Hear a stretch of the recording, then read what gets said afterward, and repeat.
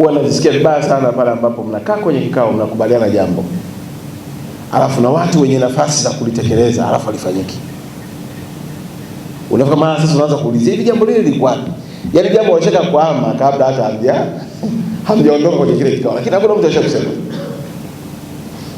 Na ndio maana inakuwa ni changamoto. Kwa mfano sasa hivi tunaelekea kwenye kipindi cha uchaguzi.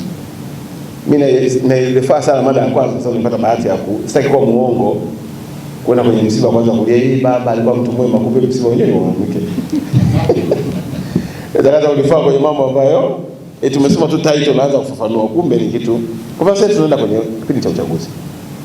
My expectation kwa wasaidizi wangu ni kuja na mtazamo wa vitu vitatu.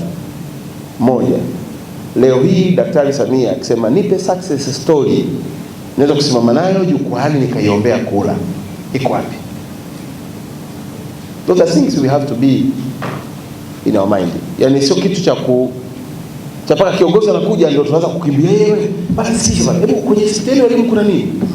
Hivi kwenye maji kuna kitu chochote ni maelekezo. Yani tunakuwa kama vile naonaga kama ni picha ya ujinga uliopitiliza kufika hatua na kurupuka kwa sababu eti kuna maelekezo wakati ulishapewa jukumu la kujielekeza mwenyewe.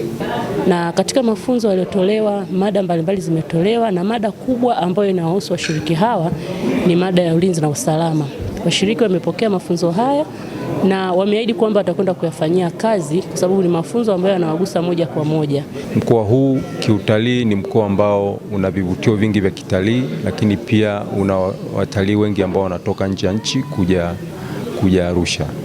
Kwa ujumla wake tumeweza kuongea na kamati za ulinzi na usalama na kuambia zifanye kazi kwa pamoja, ziweze kushirikiana kuhakikisha kwamba swala la uhalifu haliharibu taswira nzuri ya mkoa wa Arusha.